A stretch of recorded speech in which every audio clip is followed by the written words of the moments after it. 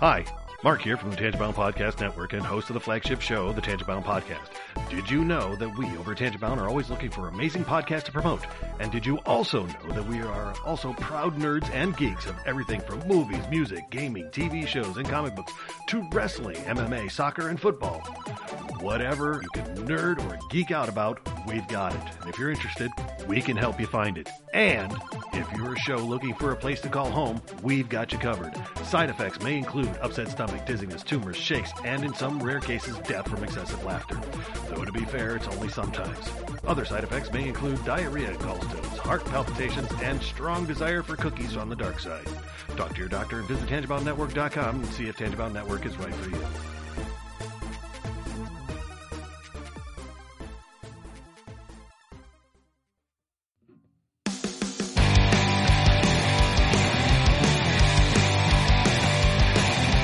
Life sucks to the last drop. Are you gonna blow your head off? Take good aim and don't forget to duck. Life sucks every Monday and all the way to Sunday, but I wouldn't have it any other way.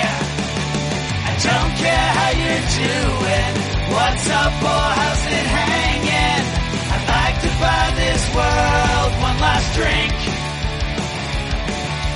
Life sucks all of the time. Stick it up your sunshine, and then you'll see the clouds every day. And then you'll see the clouds every day. And then you'll see the clouds every day.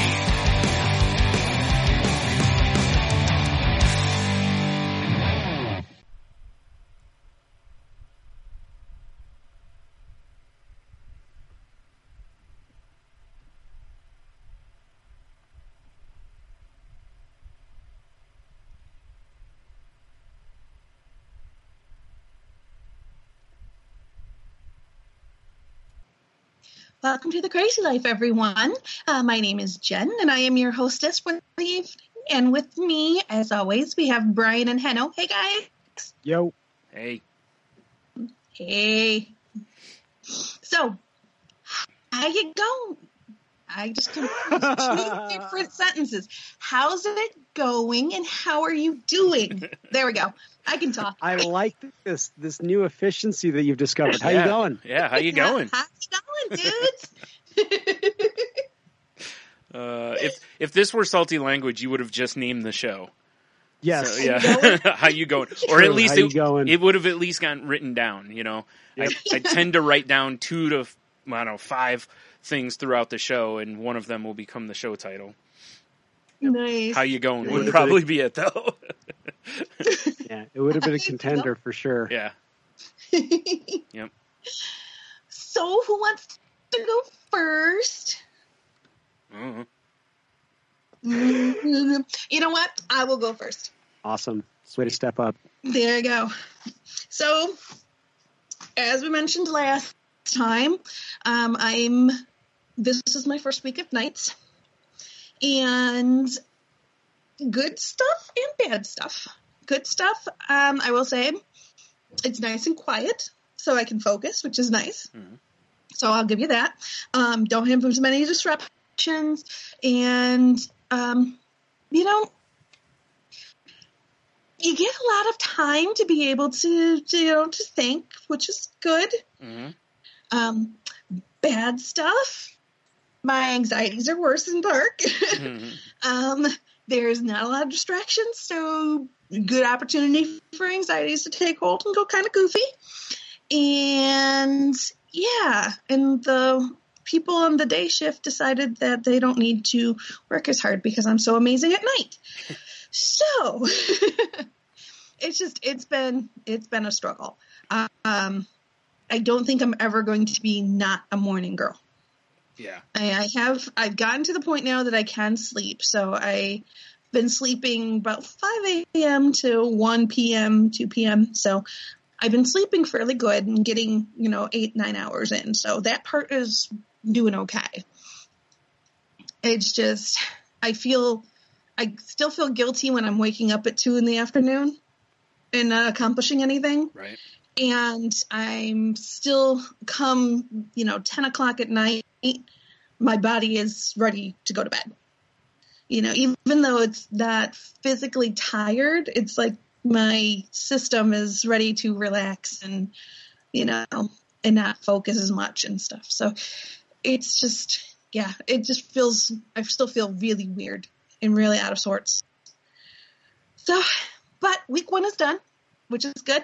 Only 5 more weeks, supposedly, left to go. Yeah. So the countdown is on. So that's going on. The other thing is I get to change my psychiatrist is what it seems like. Me and my psychiatrist had a good thing going. About once a year I would see him and he'd write me new scripts and we'd check in and say, hey, how's it going? And everything would be all nice and kosher. Well, it turns out that he is now cutting down his clients and his patients. And I got cut. I'm on the cutting room floor. So yeah. I get to find somebody new. I had that happen with my general practitioner a while ago. The one that I had gone to since I was a little kid. I had gone there for like 20-some years. And, I called one day to make an appointment, and they're like, oh, well, you're a new patient. I'm like, no, I've gone there my whole life. And, oh, well, it's been over a year since you've been here. And it's like, I've gone there 20-some years. Like, like 1 year should not disqualify me that simply, or at least maybe call me and say, hey, are you still going to come in or whatever? But, yeah. So I became a new patient. And then I was like, well, if I'm going to be a new patient, I'm going to shop around first. So, that was a little bit, unnerving. It's like I called and to make an appointment. They're like, oh, they're not taking new patients. And I'm like, no, I come see him about once a year and we've had this thing going. Everything's good. And she's like, no, it's been over a year, so you're considered a new patient, but I'll talk to the doctor and see what he says. So ridiculous. Oh, great. Yeah. So we'll see. And the funniest part about it is my psychiatrist and my general practitioner are married. So, and my general practitioner, no problem. So I get to go see her a week from Monday, and I'll mention it, and I'll just ask her for a referral to somebody else. Unless she decides she wants to interfere. I don't know. Yeah. I just love how there's that potential for awkwardness there, Just be like, you go in and she's like, how are you? I'm like, oh, yeah, I need a new referral to another psychiatrist. And be like, what's wrong with Dr. So-and-so, Meanwhile, in her head, it'd be like, what's wrong with my husband? Yeah, exactly. It's kind of funny because I know she'll ask, Right. Because I've had that doctor. Well, there's no way she won't office. ask. Oh, I forgot about that. Yeah. So he's literally down the hall from her. Right. So, because it's the same office, it's the same people. So the one, the woman I talk to is the same woman that I hook up the appointments for both doctors. That's funny. And so I called her and I'm like, I need to make a doctor's appointment. She's like, which doctor? I said, both. Yeah. She's like, oh, one's not seeing you anymore. Well, so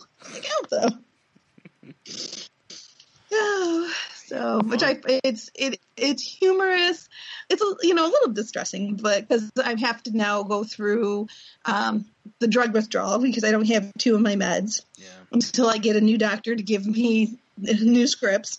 So I have to go through all that, and then I have to go through the reassignment of medicine. And the worst part too is when you that kind of doctor, generally you can't just, oh yeah, he has an appointment or an opening next week. It's like, oh, we can see you in like September, like so hopefully I can get things figured out. I mean, mentally I am doing fairly well. I consider myself fairly stable. Right.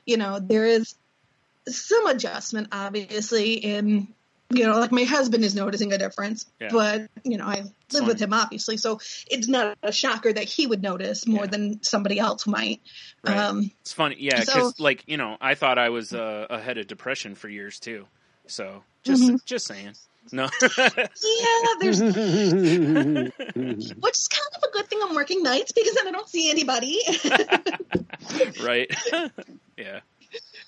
No, it's like I know I'm just together. For anyone listening, I'm just giving you the business. I'm obviously you've got appointments made. If you didn't have an appointment made, it might be a little more like poignant. I might actually be making like being truthful with that stuff, but I'm just messing around.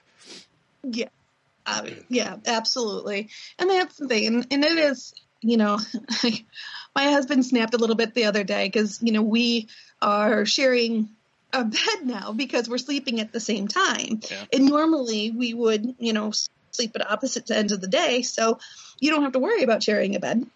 And so, the snoring, the movements, and, it's just different sleeping with someone in the bed versus sleeping by yourself. Yeah, and I'm sure he's got some bad qualities, too. Come on, he's an angel. Hey, I don't snore. My pillow does. Right. But I do not. Oh, I see. I'm telling you. You found a loophole. Wow. Huh. It's all about the pillow. For some reason, it snores. I don't get it. So it's been interesting, and he kind of snapped a little bit the other night, just because it is a lot. We're seeing each other more throughout the day and less advantageous situations.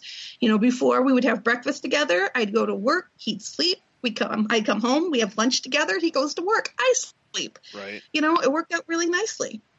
We still got to see a chance to see each other, and it was very pleasant. And now we get to see each other when we wake up in the morning, and we share a bed where one or both snore at different times. So it's really adjustment. And then, of course, with me not having two of my meds makes me even more pleasant at different times. So it's getting there. We're getting through it. He even apologized the other day, which my husband does not apologize very often, but he did apologize because he made a comment about my mood swings being a little bit more stronger than usual. Swingy. Yes. Wasn't quite as nice as that. And, kind of hurt my feelings a touch, but he apologized. He's like, that came out a lot worse than it sounded in my head. That's great. He's like, I'm sorry, it did not come out how it intended it. Which I get. We all have those moments. Yeah.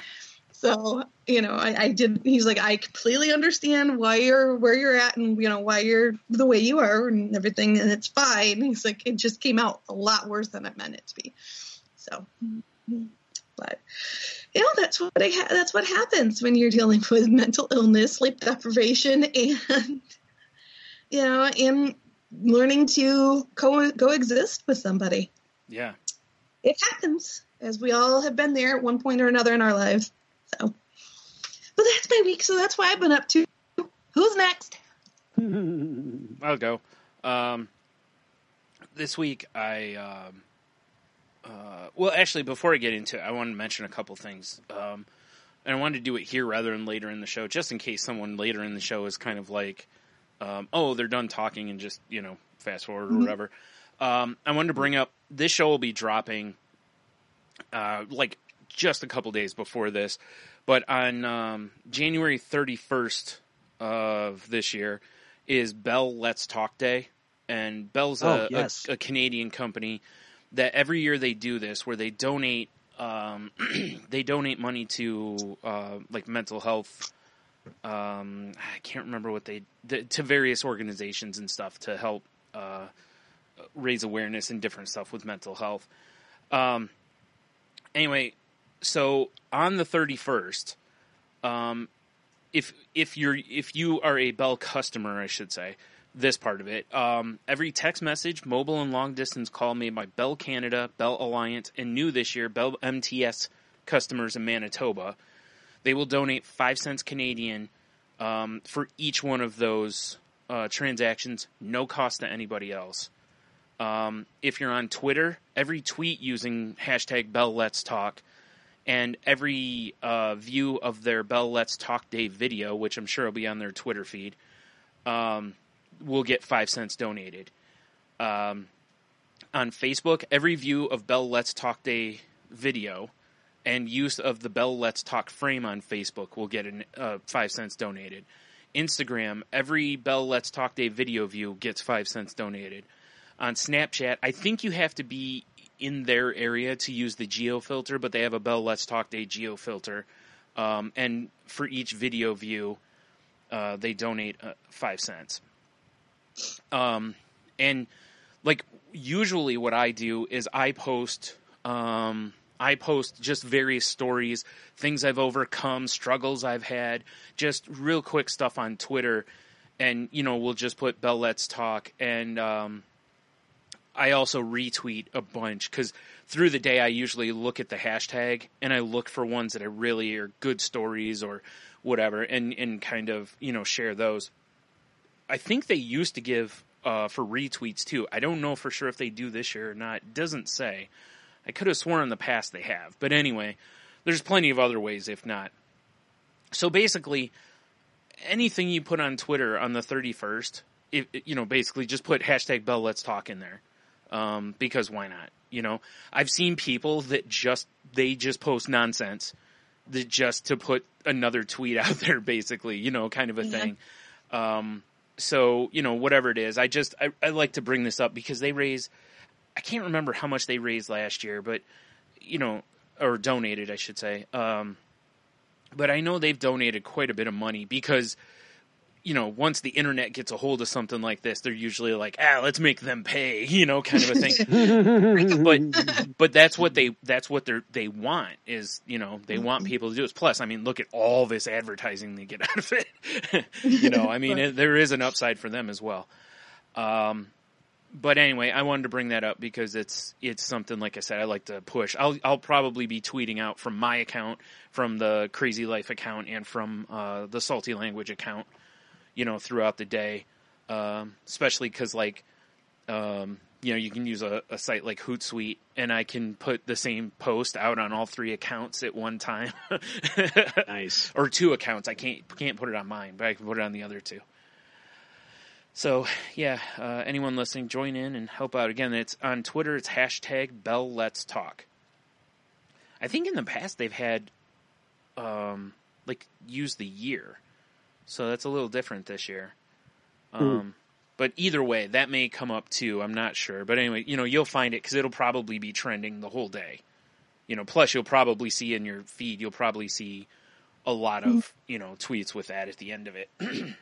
So, something else I wanted to bring up real quick is, I think I've mentioned it on the show before. There's a podcast called Wrestling with Depression, by a comedian named Marty DeRosa.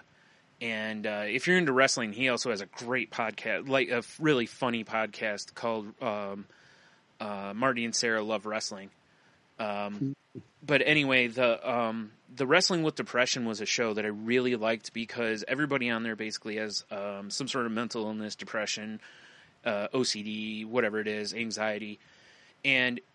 But he always kind of focused on the positive, like how the people were working on this and overcoming it. And there was something about, I've mentioned before, like at the very end of the show, there's like a ukulele playing and it's just this real kind of light, fun, just strumming of it. And then, he goes out with a "Don't be depressed, silly," because of how many times people will tell you just don't be depressed, so he was saying it as a joke at that point. But I always loved that because the show always kind of leaves you with a good feeling. He mentioned on this week's Marty and Sarah that he's actually not going to do the show anymore. So that kind of made me a little bit sad, but I just wanted to mention it one more time. All the shows he said are going to stay up on, online. But if anyone wants to go listen to them, there's quite a few. I think he said they got like 2 or 3 more before it's completely done. But yeah, I just wanted to mention that too. Nice. And I'll have a link in the show notes if anybody wants it. So yeah, this week this last week I went to see a nutritionist. Finally, I was supposed to go before, but I wasn't able to go. It was interesting, like a lot of the stuff I knew, but there was quite a bit that talking with her. This is good. I feel really dumb when I had this realization, but I'm sure I'm not alone. which was as she was talking about kind of what to shoot for as far as carb servings and stuff go. You know, like how many grams versus, you know, and how many servings a day and all this kind of stuff. The sheet she's showing me, it's like, you know, this is this many, this is whatever. And I'm looking at fruit on there, and I'm like, I never count fruit as a carbohydrate when I eat it. It's all got sugar in it. There's no reason not to, but I don't look at it and go carb. You know, like I just never think about it. And she goes, you definitely should. She's like, because some of them, you know, have, you know, a good amount of carbs in there. She's like, I'm not going to kill you if you eat a bunch of fruit, you know, because it's fruit. It's, you know, better than eating a bag of chips or something. But stuff like that, kind of like I'm sitting there and I'm just like, duh, you know, like, you know. And she even said, she's like, no, she's like, you wouldn't believe how many people don't look at fruit that way, or veggies. You know, they don't think about carbs on those. They just think about calories. You know, diabetics do because, you know, they look at sugar on stuff. So anyway, you know, I was in there about half an hour or so, 45 minutes, and she gave me some paperwork basically to kind of look at and, you know, help me along the way. You know, told me to, you know, start keeping track of what I eat on like MyFitnessPal, or what's the other one? Lose It? Yeah, Lose It. They basically do the same kind of thing. And, you know, and as far as going back, it's up to me. She said she usually has people come in once a month, but, you know, she left it open. She's like, if you want to come in, fine. And if not, that's fine too. And then she gave me, or she told me that I can call the office if I have questions. And if she's not in, she'll call me, you know, when she can. And that was, you know, that's really cool. I like that there's an accessibility there, that if I do have a question about something, I can get help. I don't have to schedule an appointment, you know? Yeah. Because, you know, like, that is nice. If I have a question to ask my doctor, I have to schedule an appointment to just basically walk in and ask him a stupid question, you know? So that was nice too. But it was an interesting experience. I think, I was telling Tony when we recorded on Friday that it kind of reminds me of like when I first walked into therapy. It's like I kind of knew a lot of the stuff that was said to me then, but as Henno and I have brought up on here or whatever, you know, it's like when you have that kind of like having that person to be accountable to, / you know, like a trainer at the gym that might kind of kick you in the butt more than you would on your own, you know, and, you know, and I also mentioned, like, when I was in art school, you know, there was something about, you know, having those deadlines, having the teachers tell you this is, you know, due on this date or whatever. And then when I got on my own, I'd draw, but I didn't produce anywhere near as much stuff because I didn't have a deadline. You know, I could just do what I wanted, you know. So I think that's what this did a little bit for me, was it kind of refocused me and kind of gave me a kick in the butt. And, you know, I may keep going if nothing else, for that reason, just to kind of have her nudge me back on the path, just like I do with therapy, you know? So, yeah. That's cool. Yeah. That is cool. Ow. What else was there? I feel like there was something else I was going to bring up. I don't know. That's been basically it for the week, though. It's, yeah. I can't really think of much else that's gone on this week. It's been a pretty quiet week overall. So, I do have one other thing which is interesting. Since I've started using that Sleep Cycle app, it's weird that I'm actually finding that I seem to be sleeping a little more regularly. You know, like I'm getting tired around the same time. I'm waking up about the same time. It's interesting. My quality of sleep, according to that app, has been somewhere around 70%, which is probably not as high as it should be, but I don't know, you know, it's not as low as I thought it would be for sure. I thought it would be like 30% or something. But it looks like, according to that I'm getting into like good sleep cycles.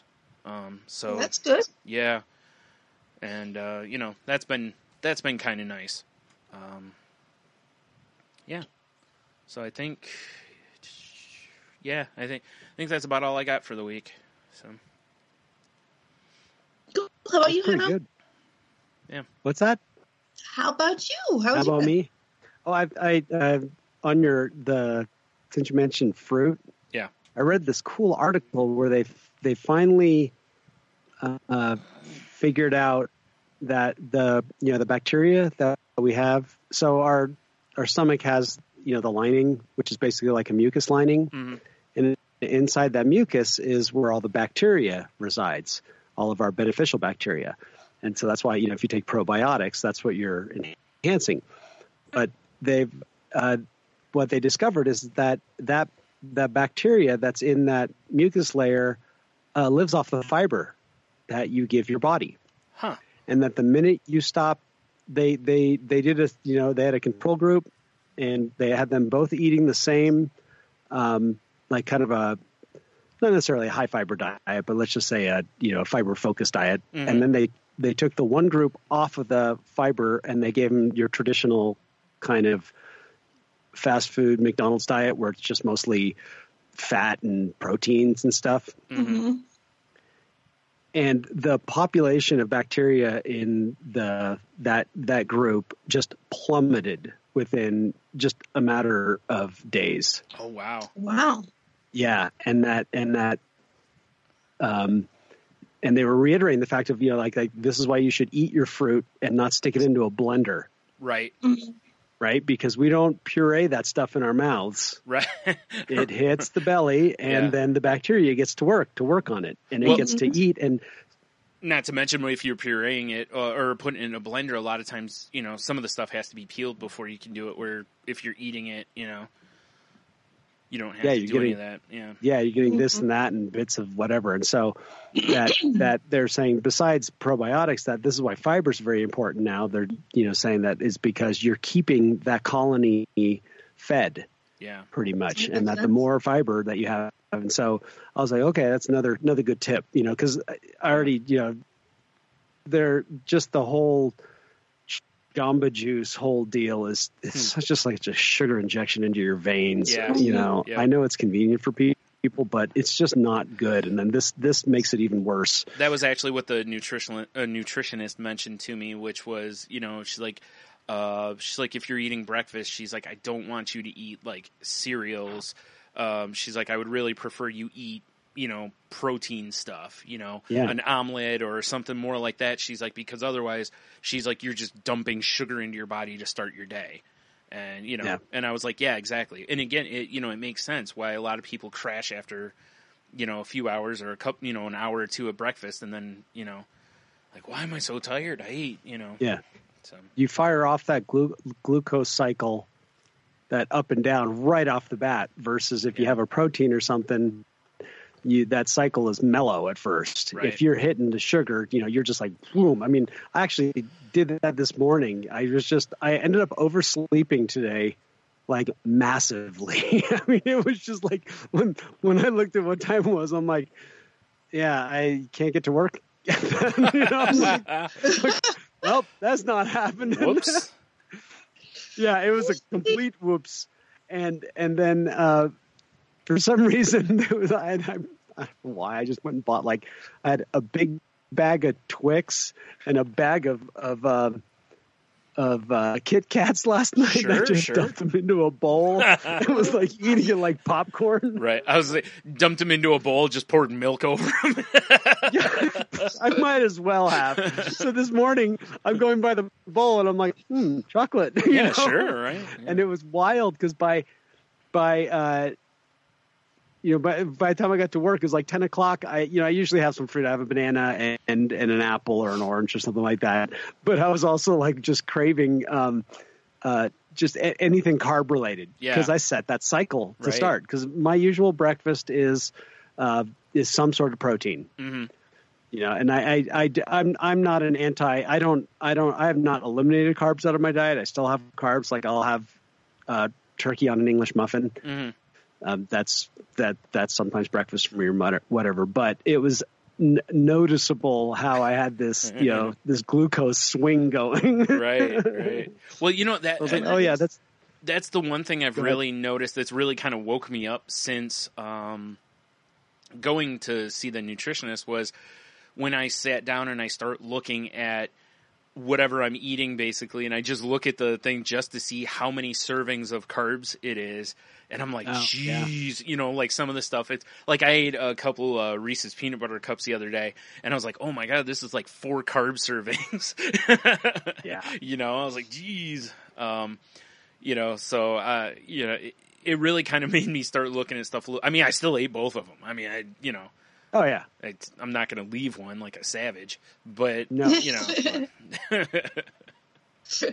Yeah, I had one of those. You know, I know you guys can relate to this. Where you just eat, you're disgusted with yourself. Yes. Yeah. Been there. Yeah, it was like it was the same feeling I got from drinking. You just wake up with just that horrible hangover, and you just don't, and you're like, I need to stop. Yeah. And it was the same thing where I'm just like, I just literally ate 2 bags of chocolate in less than 24 hours, you know, and I'm like, okay, it's time to make some changes. So I'm glad you brought up the food thing, because it's also on my mind as well as like, all right, you know, and just not feeling well. I'm still run down. I'm still congested and coughing up a lung and everything like that. And I know my energy level is really low, and the last thing that's going to help that is a bunch of sugar. What? You know, it's just why? What's wrong with that? Yeah, sugar won't help. And I can't recommend to Henno what I normally recommend to people when they're hacking up a lung. So, you know, because normally I'm like, no, you can't. I'm like, have some whiskey, and have some whiskey. Obviously, I'm not going to recommend that to Henno because I had a pint of ice cream instead on Friday night. Oh yeah, I mean, you know, that's same thing. Yeah, right? Yeah, that's okay. Yeah. Yeah, I thought I'd just have a couple of bites, and the next thing you know, I'm scraping the bottom. You know what? Yeah, I bought one of those. I can't remember the brand of it. There's that reduced calorie whatever ice cream where it's like if you eat the whole pint, it's like 280 calories or whatever. Kroger has a like their own brand of it, and they had like a buy one get one on it. So I was like, well, you know, got to get 2, of course. And you know, I got like lemon cake and mint chocolate chip or something, I think. And I sat down at first, like the lemon one, when I ate, I would just get a few spoonfuls and I was good. You know, I was okay. The mint chocolate chip, I pretty much opened and was like, wow, here's the bottom of the container. And, you know, it's funny though, because even though it's 280 versus, I don't know, like a Ben & Jerry's one's probably like 400 or 500, it didn't make me feel any better. Like I was still like, I just ate a pint of ice cream. Like this is... Yes. This, I don't care how many calories it is. This is not something I should be doing, you know? Yeah. And I was not, so Friday night I did the gig. Things went well. We didn't have to play as much music as I thought. So, and, you know, I kind of worked my butt off for this one. And I don't know how I did it, but that sax player said something that it wasn't until the next morning that it hit me. And I was ready to go find him. And I don't know how I didn't throw him across the room. Wow. What did he say? I don't need to say what it was, but let's just say it's something that my friends could give me a hard time about. Fair. But not a stranger. Okay. It's something that my friends could maybe taunt me with, but they're doing it out of like they actually would be encouraging me. You know, it would be criticism versus a dig. It would be a teasing, let's just say. Yeah. Okay. A fun, playful teasing, but from a stranger, it's you don't know me, and that you're just being insulting. Right. You're literally jabbing at me, like, and I don't know how I ignored it. I thought about it, like, it did not bother me the rest. I literally did not let him in my head at all, like that entire night. Good. And then it was the next morning where it did. And, you know, I gave him about, an hour, and then I let it go, you know, and then another time, because you know, there is the possibility of playing again. And finally, I got to work today, and I was like, okay, if I did get called, I will. You know what? I came to a reasonable solution. I want an apology. I don't think that's unreasonable. Yeah. Yeah, if it comes up that we can play again, I'm just going to tell the guy that runs the band. I said, well, this is what was said, and I fully expect an apology for that because that was completely uncalled for. Can I ask one question? And just this is kind of a devil's advocate situation, but I'm just curious for my own sake. Were the other guys like basically teasing you about that, and then he just jumped in, or this was just on his own? Said it. It was literally on his own. Okay. Everyone else was having a discussion, like a legitimate discussion, and he just decided to taunt me. Okay. Well, you get what I'm getting at. It's like sometimes, you know, like I am. Someone new will be around a group, your friends will be busting your balls or whatever, and then they jump in and you're like, whoa, who are you? You know, like, what do you, you know, and it's like, well, everyone else is doing it. I thought it was okay, you know, so where it would be somewhat innocent, you know, okay. No, it was complete, like, that's why it's so, like, I think that's why it was easy to ignore, is because I was actually talking seriously with other people. Right. You know, and it's just like, you know, it's like, be quiet, kid, let the adults talk. Right. You know? Yeah. Yeah. And it became more apparent how passive aggressive he was. Like I would be, there was just times where it's like he would say something directed at me, but he'd say it to somebody else. Oh. It's just bizarre. Yeah. Gotcha. So at any rate, the great news was by the next day, we had another gig set up, not with them, but with another musician who is really good.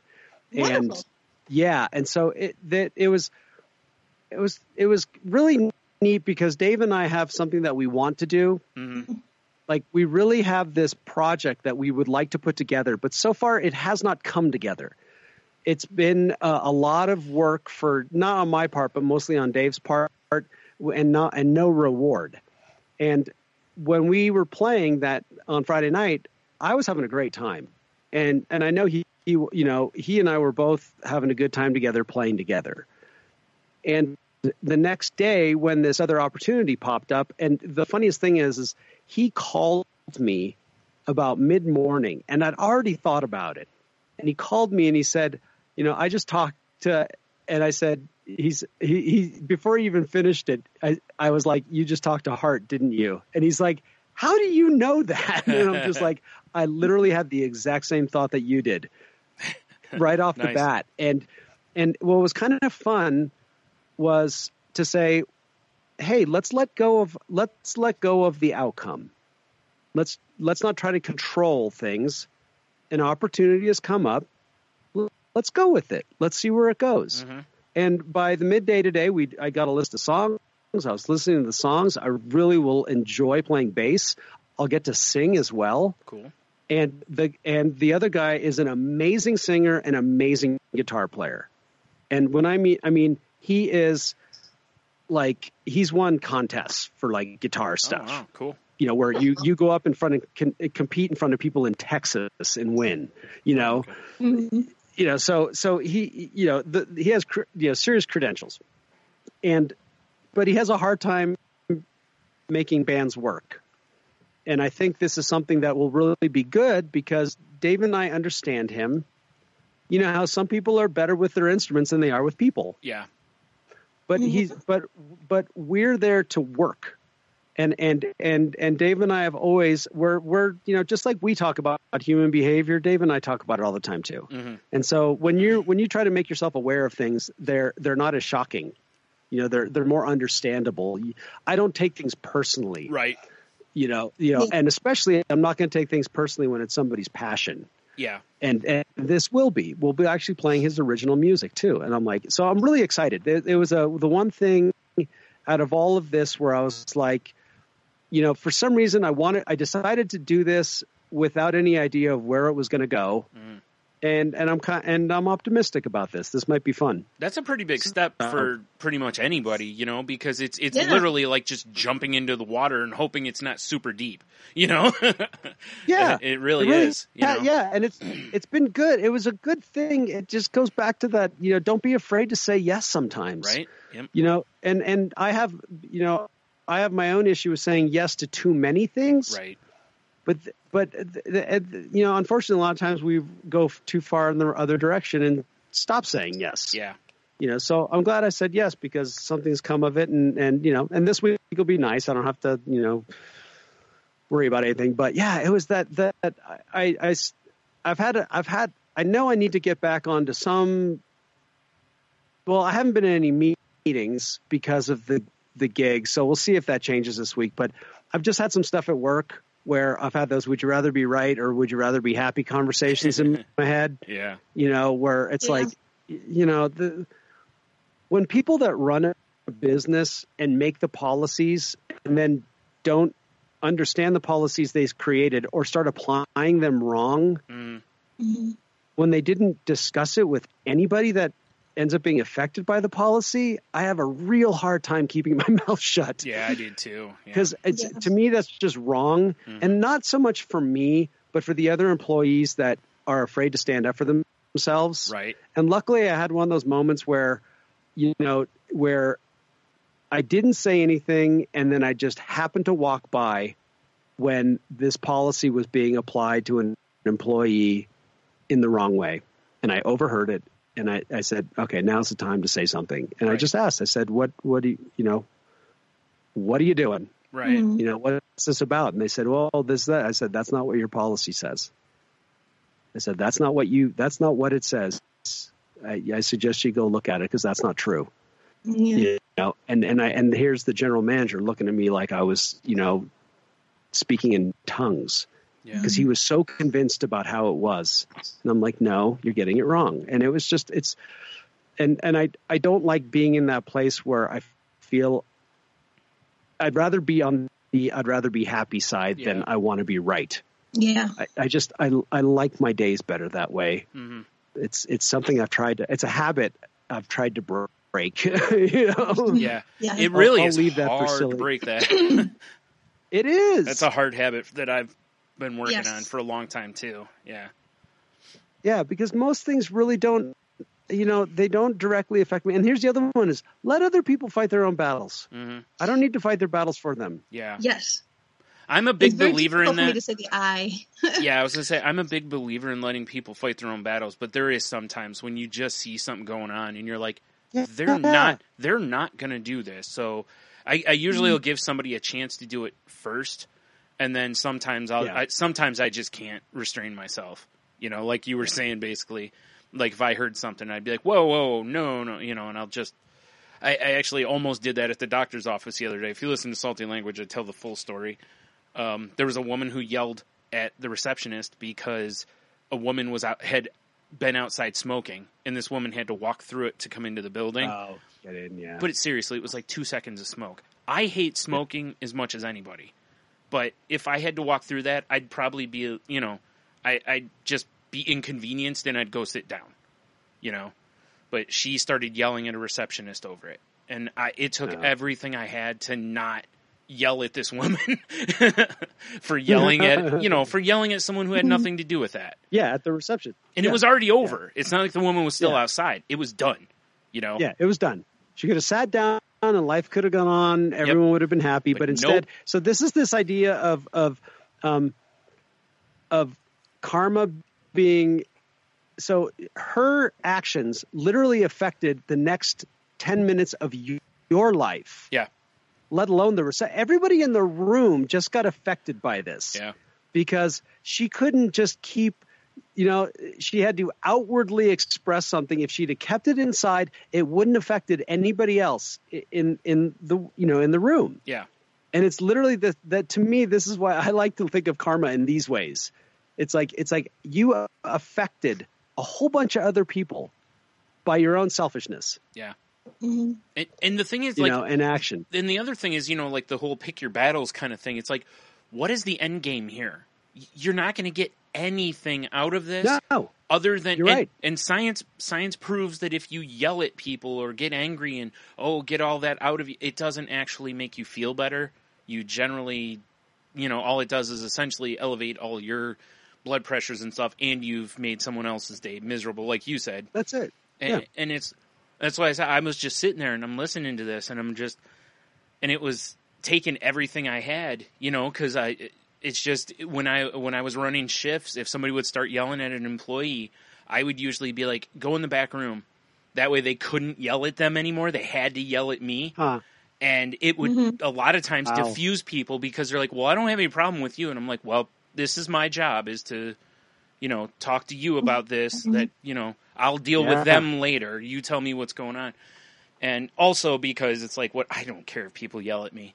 Like, I really don't. I've had people just screaming at me and I'm just standing there kind of like, yeah, and, I'm pretty good about it. So, yeah, it's just, when that woman got called back, I walked up to the receptionist, though, and I was kind of like, you didn't deserve that at all. Yeah. And she's like, I just didn't know what to do. Because there's literally nothing she can do. Just out of the blue. Yeah. So I said, what's your end game there? What do you gain from this? Nothing. Yeah. Absolutely nothing. Okay, you're right. And you're an asshole. Sorry for the language. Yeah. That's it. For me, I think that was why I didn't. Like, I'm really happy that I didn't do anything at that gig on Friday night, because it would have affected everybody else. Mm-hmm. It could have affected this guy's chances of ever getting this gig again if I created a scene. Right. Yep. And even this idea of like asking for an apology, who cares really? Yeah. I can also just say, no, I'm not going to play with you. Right. And I don't even need to give a reason. True. It's true. And I'll consider that. I'll let that marinate a little while, because it really is how important is this human being? Not at all. Yeah. Not at all. Yep. I need a reminder of that. It's like, what's my motive? Right. I constantly have to ask myself in situations like that is, what is my motive? And I'd rather my motive be like when I did speak up to the GM about how he was applying, how he was going to affect this person's timesheet. I'd rather my motive be to help somebody else than to somehow either hurt somebody else or bolster myself. Yeah. I'm with you. Like, I don't want to just yell or fight with somebody just for the sake of yelling or fighting. I'm trying so hard. I'm right. Yeah, I'm trying so hard. I know I've been bad about that in the past, and it was something that I'm getting to where I'm even noticing it at times when something will happen and it's like, I know I'm right, and it's just like, it's just not worth it. It's just not worth it, Like, I just don't want to be that mad. Even if I don't look at it beyond my fences, it's just, I don't want to be that. That's it. I don't want to be that mad. You're right. Yeah. That's just it. I don't want to be that. Well, and you have to really, it takes a lot, because as we grow up into adulthood and stuff, when we're kids, we're taught life's not fair. That's not fair. So-and-so's not fair. Not fair. Why? Huge part of our childhood is dealing with the whole fair aspect of things. And quite frankly, it goes way past childhood for a lot of people. It does. For most people, honestly. Yeah. And the whole fairness of things, it just sticks in your craw. Because ultimately, we don't want to feel taken advantage of. And we don't want, and it's something that I've personally struggled a absolute ton with, because I choose to be a very positive, very happy person. And it is a choice that I have to make continuously throughout my day, who I want to be. And a lot of people take that for granted, and a lot of people will minimize me because of it, because of the choice. And I understand that comes with the territory. It happens, and that's, what I accept. That's part of my choice of who I want to be. But it's so tough to constantly have to go in with that. What is my end game? Because if it was up to me, I would don my cape and I would fight every battle and I would plant my flag on every hill and I would be the champion of everybody and anyone who can't speak for themselves, who won't speak for themselves, who don't want to speak for themselves, who don't know enough to speak for themselves, and do all that. But I've learned that it is not my responsibility to fight all the unfairness in the world.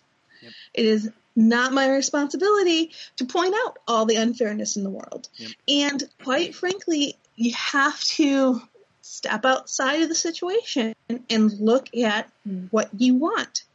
Right now at work, I don't believe that my coworkers are giving everything that they've got. But we're not in the position to hire any more people. And management is incredibly stressed and strung out on a variety of different things happening all at the same time. In the opportunity, if I did say something, it's important I point out things, absolutely, if stuff's not getting done. But I need it to be very factual, to the point, and measurable. And I have to make sure that when I bring something to leadership, that I'm very clear at what I expect for them to do. Yeah. Because if I go to them and say, this is not fair, I feel I'm giving all this, and I don't feel that they're doing all this, and and it's pretty much going to stop right there. They're going to get irritated with me because I'm not bringing anything positive or constructive to the table, and all I'm doing is venting. Well, not to mention, most businesses, like the management reaction to that is, don't worry about them, worry about you.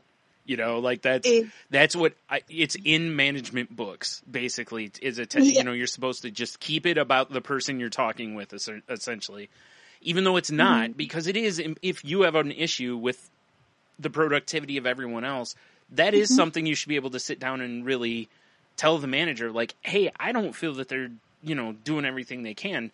The manager should be able to come back and say, well, they are. You're just not seeing it.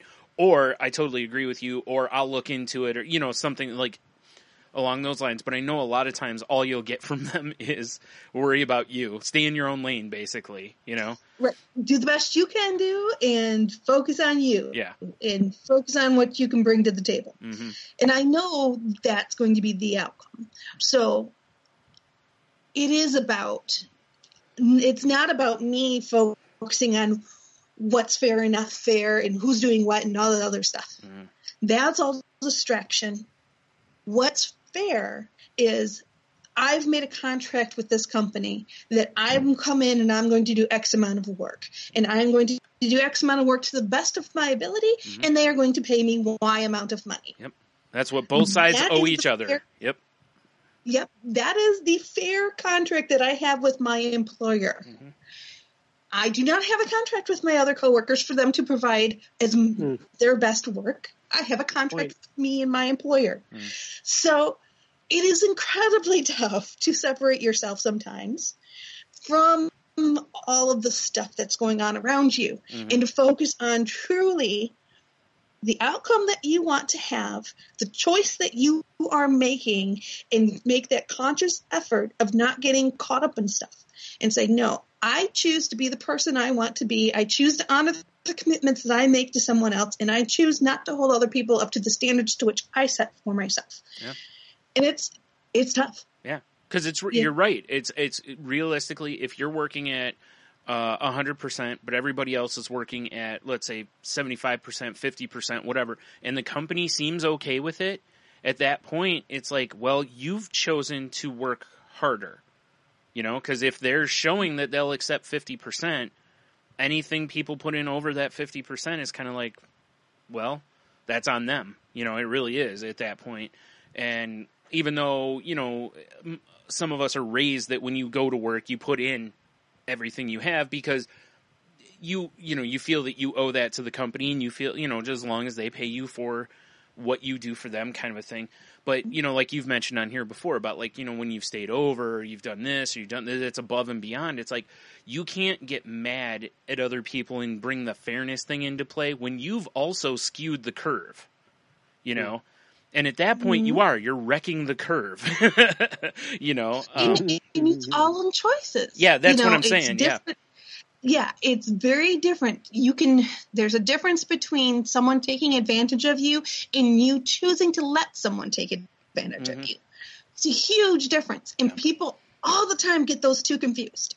And it's like, no, they're not taking advantage of you. You are letting them. You recognize the fact that they're going to take advantage of you, and you're saying, okay, go ahead. Yeah. In certain circumstances, that's completely fine. Yeah. It's like, but you cannot get mad at them for accepting something that you are offering to them. So it gets tricky, but it all comes down to those choices, and it all comes down to almost putting the blinders on sometimes and saying, you know what?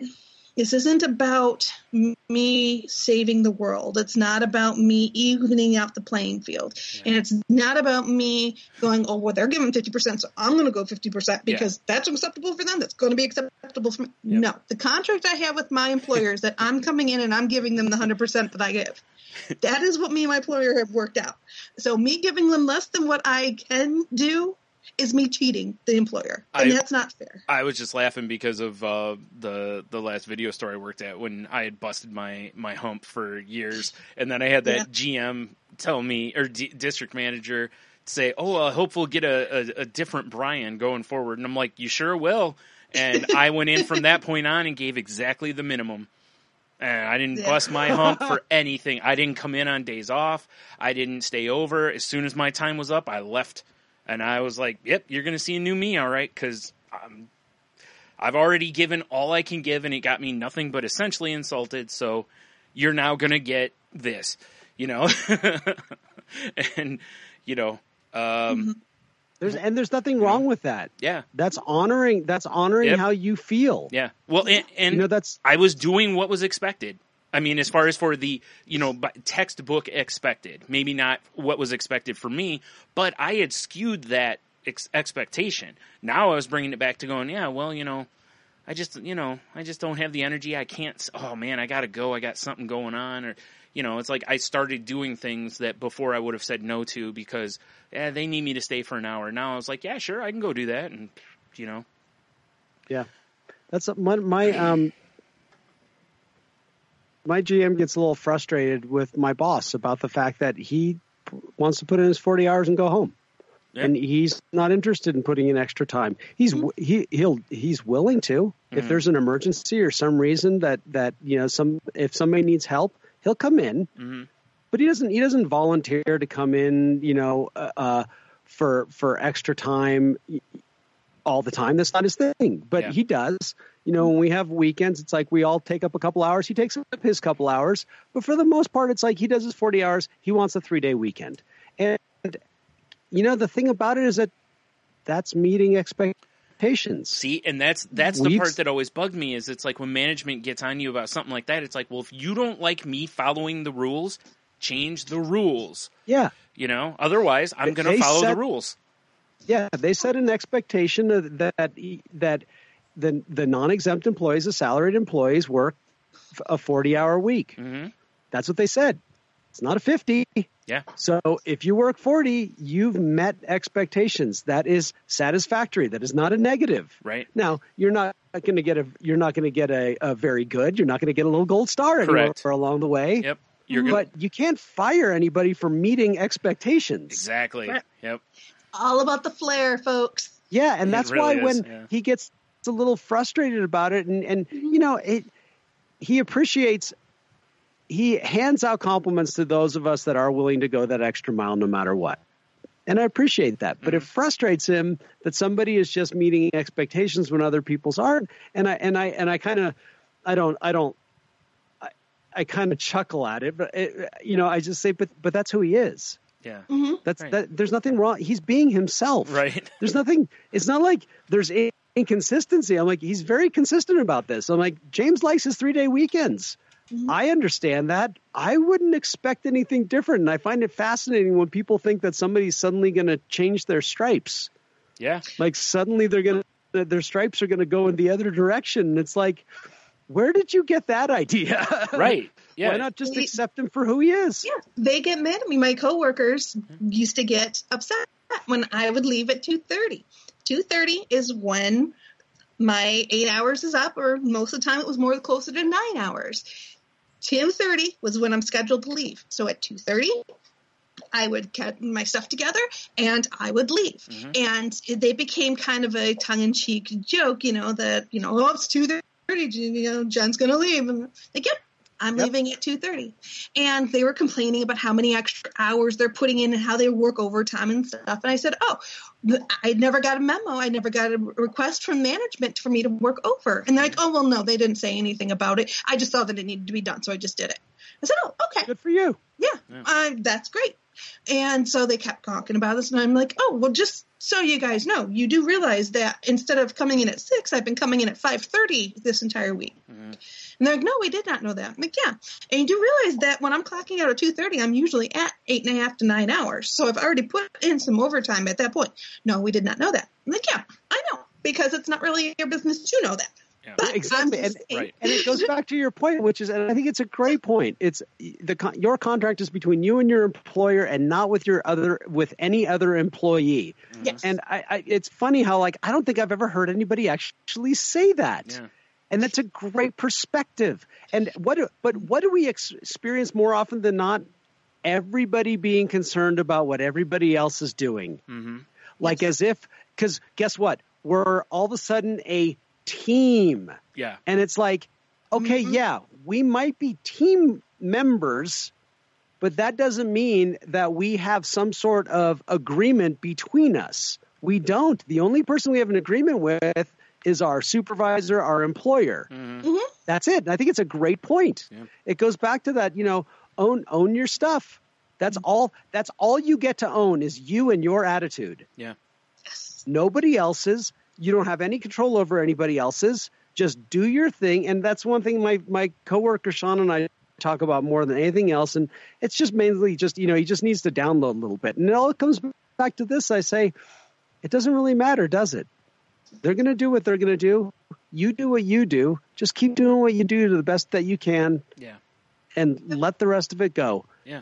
If somebody is screwing around and not holding up their end of the bargain, well, you know what? It's going to eventually come out, because if a person has a pattern or has a personality trait, it generally shows itself in a pattern at some point. Yeah. Mm-hmm.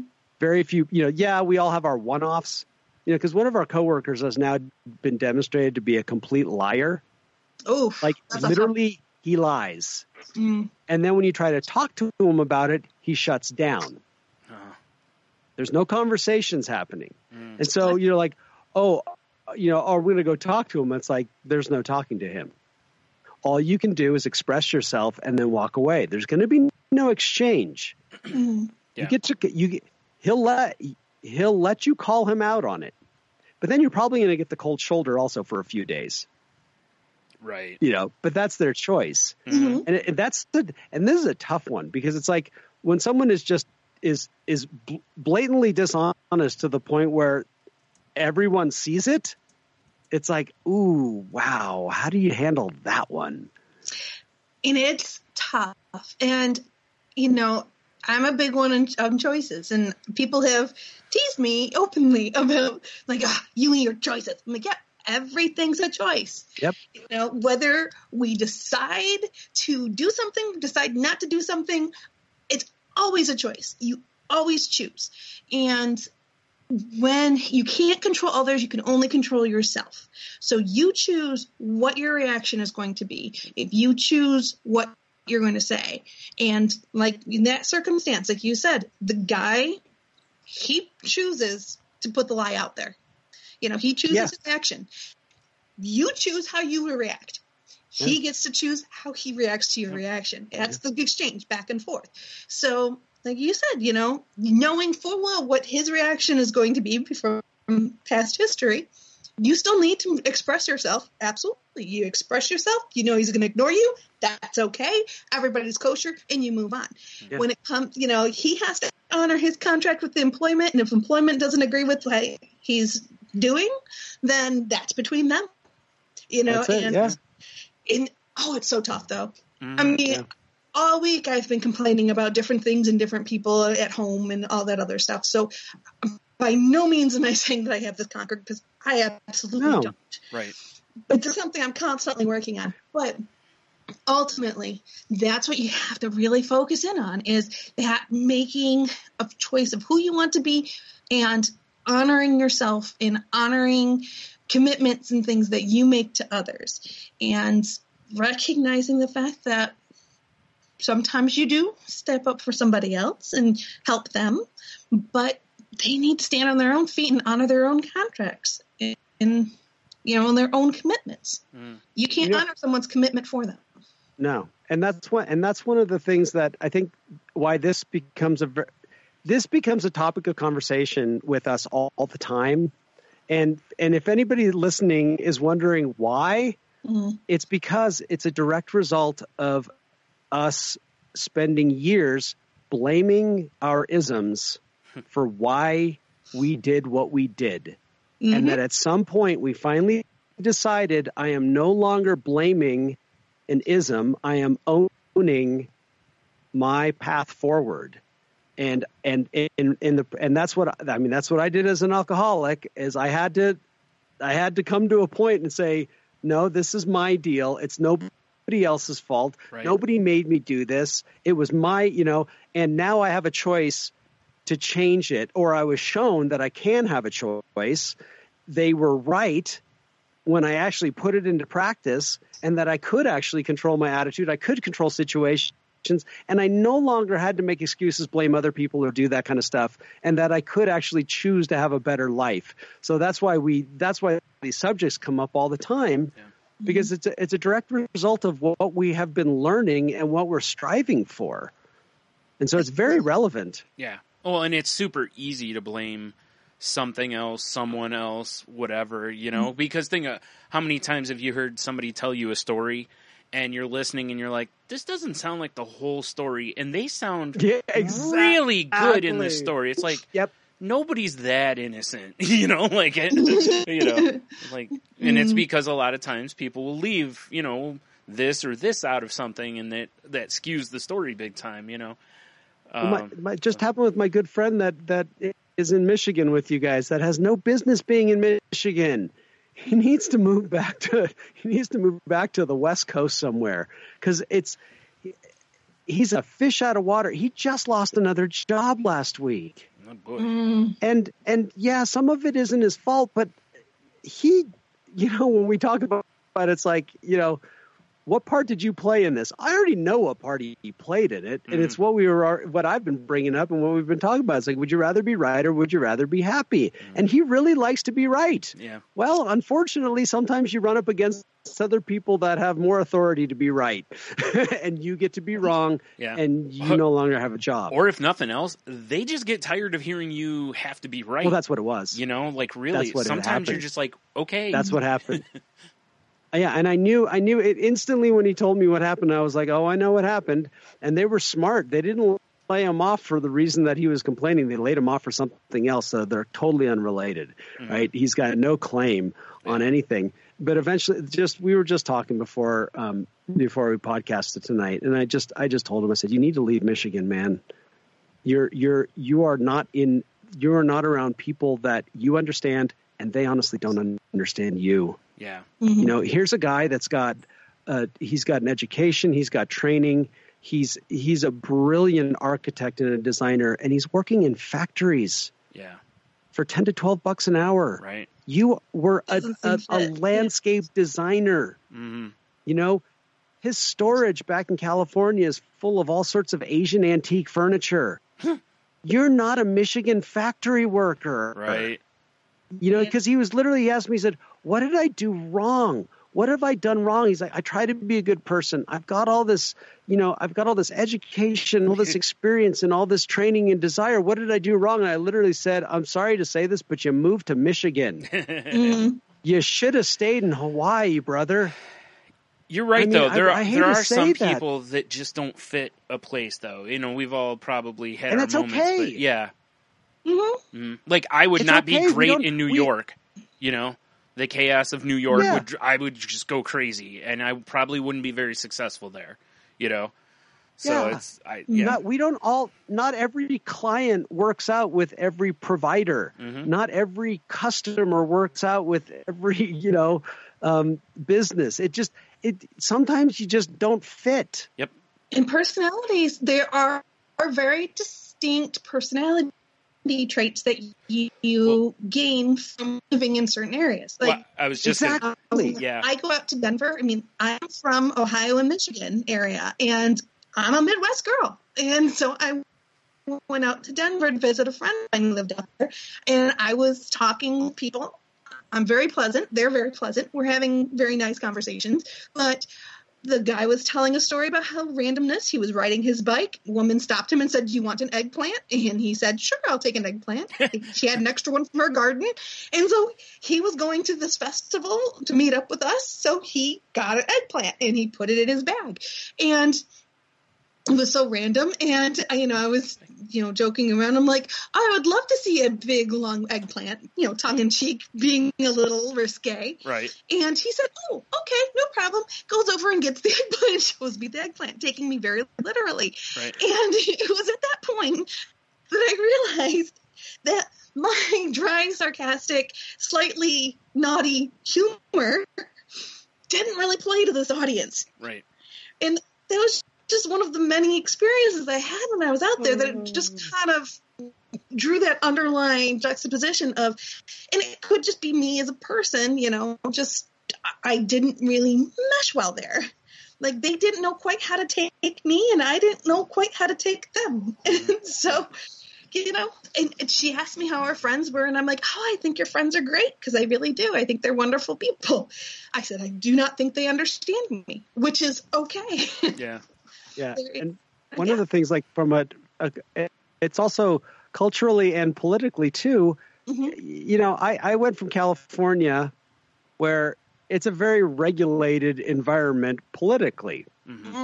There's a lot of regulations, and there's a lot of, you pay for a lot of things. You have, there's licenses and this is and that's, and we have there's a lot more in California than there are in, say, Idaho. Right. Now, granted, I moved to a place that's a little more, like, where I live is mostly dominated by people that moved here from the West Coast. So they already have some of that mindset. But for the most part, the rest of the state does not have that mindset. So when California boy walks into the factory and starts talking about OSHA this and blah, blah, blah, blah, that, someone's going to say, "Son, that stuff don't fly here in Idaho." Even though it's the law, it doesn't matter. And I ran up against it here, and I went, "All right, do I want to work here or do I not? I want to work here, so I'm just going to let this go." Yeah. And it's something that unfortunately Andrew needs to learn, but he's not. Yeah. Because it's not who he is. He's not going to change his stripes, and that's why I'm like, you need to move. Yeah. You need to move. Well, at that point, yeah, because, you've been handed a different set of challenges. If you don't adapt, you need to change the environment, because this isn't going to ever play out well, And you know what? I think that's also, you just said something that's very important, is I don't believe in geographics changing anything. Right. Right? It's not, it's been proven over and over to me in recovery that when things get, I've heard the story a million times. Things got bad, blah, blah, blah. I left, I went somewhere else. And then eventually they were in the exact same position wherever else they went to. Yep. And I did that. I dragged my alcoholism with me from California to Idaho. It's just what happened. I changed everything else in my life, but that wasn't going to change anything, because the problem wasn't everybody else. It was me. Right. It was an inside job. Right. Yep. So I believe after, I don't know how many jobs he's had in the last year, and I believe that he's put in the effort, but there is a point where you have to say, okay, maybe it really, maybe it isn't you in this case. You've tried, that sometimes you do need to make a choice to find a new playpen. Yeah. Sometimes it's like walking into a gay bar when you're straight. You're not going to really find your perfect match there. You might. No matter how much you want to change your attitude, you're right. There is some, but I do believe in putting in your best effort to see if you can change your attitude and your outlook on life. But you're right. There is a point where it's like, no, it doesn't happen. Yeah. Yeah, it's just not going to fit. Because, the odds are you may find a straight person at a gay bar, friend of a friend, happens. And so there is a chance that you might find your perfect mate in that. But the odds are probably not in your favor. It comes back to our old, like, what is this the hill you want to die on? Yeah. Probably not. Yeah. The best opportunity for you to be successful is where you should place your eggs. It's like that, the basket that you think you can fill the best, that's the basket you go with. You know, don't square peg round hole. I mean, there's a million ways to say It's it. true. It's absolutely true. Yeah. Well, and I think I know I've spent years trying to stick that square peg into a round hole. Yeah. Mm-hmm. Well, and I mean, sometimes I did. It was. Go ahead. Oh, just because the last thing I was going to say is the thing that we always talk about, which is like, just walk around the wall, okay? Yeah, right? Run through it. Yeah. There's a door over there. Yeah. Exactly, yeah. Like, why are you bashing your head into that? Didn't you see the door over there? Right. Oh. Okay. You know, I didn't look. There's the other... How often is that our problem? We don't look. Yeah, right? We get too fixated on what's right in front of us that we don't stop and take a look and say, okay. Well, and there is something else to be said about, like with the geographical situation, which is, you know, back in 96 to 98, I was taking, or going to school for graphic design, right? Well, the guy who was the head of the design department brought in a magazine that was, you know, through the design industry, basically. And it showed kind of like the average salary for graphic designers in, you know, markets across the country. And this area was terrible for that unless you wanted to teach. Like, teachers did okay, but most graphic designers only made like $10 or $12 an hour. Which, don't get me wrong, back then that was well above minimum wage, you know. But at the same time, it's like, you know, it's like there's a lot of jobs in this area that you could go work factories and stuff and probably make more money, you know, and you wouldn't need the college education, you know. So it's like, but if you move to like Chicago or out west somewhere or New York, there's way more jobs. Now, you know, there's also, it's a much more competitive market, you know, because you're going to get the biggest fish in the country coming at that job. But it paid way better, you know. Now cost of living's higher in those areas. There's all these other considerations too, but there is something to be said for that too. Like, sometimes that's the reason, if nothing else, like you were saying, he's trained as an architect and a landscape designer. It's like, there's probably a better place in the country to live for that profession. Yes. To where he can make way more money, or even if he's making similar-ish money, at least it's more just at least be in his field of study, because I want the best for him. Yeah. I honestly do. I just want to see my good friend thrive again. I really do. And I just don't see it happening there. And yes, there were financial reasons why he had to stay there. You mean the economic crash we had hit some people a lot harder than others, and he happened to he got hit hard. Yeah. You know, there's a lot of it that's just, he just got a bad draw off the deck. It's the truth. And he's really put in a great effort, and I'm really proud of him. But there's a point where it's like, you know, maybe it's time to move on. Yeah. You know, maybe you gave it a shot, but maybe it's not there anymore, you know, and I hope he does. Yeah. Yeah. You know, that's what our topic of conversation was tonight, and you know, I you know, sometimes we just need to face, you know, the reality of situations. So yeah. So I'm gonna pull a Jen. So folks, we had a topic for tonight, but I think we've done quite enough talking on this one. Yep. Maybe we'll try it next week, and we'll move on. Yep. I don't know, guys. I feel pretty good. Yeah. I think we had a pretty good How do you feel about this tonight, Jen? I think we're good. I don't know. What do you guys think? Yeah, we're good. I don't know what you're going to title the episode, Brian. I'll come up with something. Yeah. We kind of came up with a couple different topic offshoots, but it was awesome. Yeah. I like it. I think we said a lot of good things. Mm-hmm. You know, it's one of those cathartic episodes. Yeah. I do. I feel crazy life catharsis. Yeah.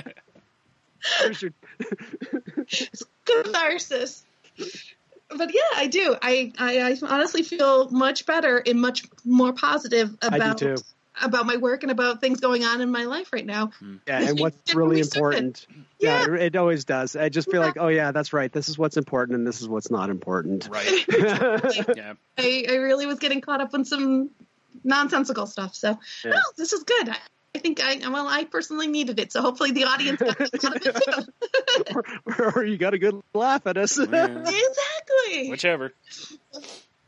Exactly. We've been told that we sound like a therapy session. A therapy session. So there we go, folks. That was a therapy session in a nutshell. Kind of, yeah. Well, that being said, all right, if we're all good, then if you want to continue the conversation or the therapy session with us, please reach out to us. We'd love to hear from you. Do not replace us with real therapy, though, because we're just people talking. No, the other way. Don't replace therapy with us. Oh, yeah, exactly. Sorry. By all means, replace us with therapy. Yes, replace us with therapy. Yes, definitely. Or even better yet, add us together. Yes. Highly recommended. Yeah. Add us with your therapy. Plus some other groups and some, Yeah. Exactly. All the good jazz. All right. So if you want to continue the conversation, you know where I'm at. Reach out to me on... Well, Otis is deciding. Talk to Otis, too.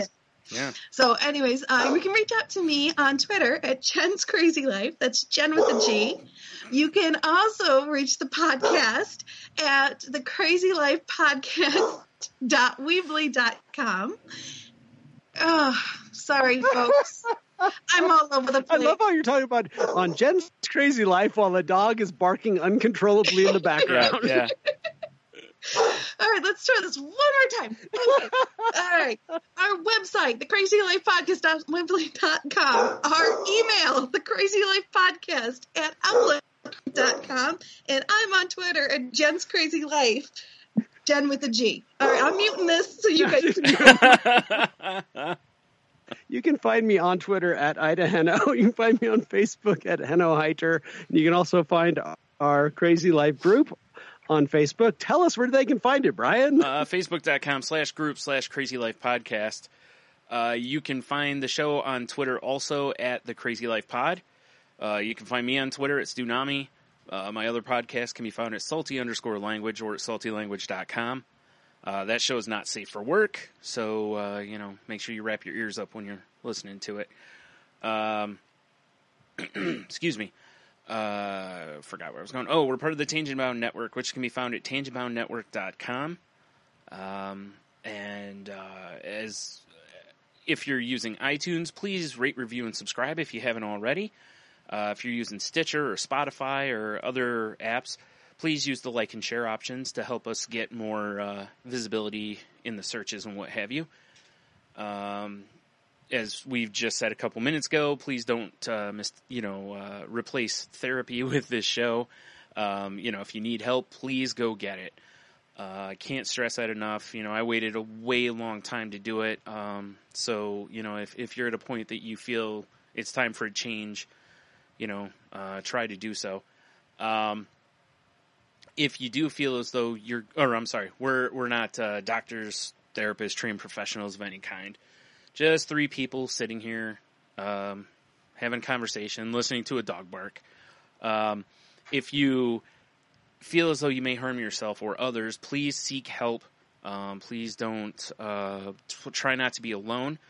Call the suicide prevention hotline number, or there's a line you can text. It's 841-841. I think it's help is what you text to that. I can't remember. The information for that's on our Facebook group if you need it, or I'm sure it's online. You can find pretty easily. But please reach out to somebody in that point. If you realize that you're writing a suicide note or you're planning how you would do something like harming yourself or others, please reach out right then. That's a giant red flag. And hopefully you can catch it before it becomes more serious. And then lastly, please reach out to somebody. Tell them you love them. Tell them you appreciate them. Reach out to them, see how they're doing, especially if you haven't talked to somebody in a long time or whatever. Because, first of all, you just never know if you'll get another chance. Second of all, you may make their day or you might save their life. Absolutely. And with that, folks, smile if you feel like it and wiggle your toes. Talk to you later.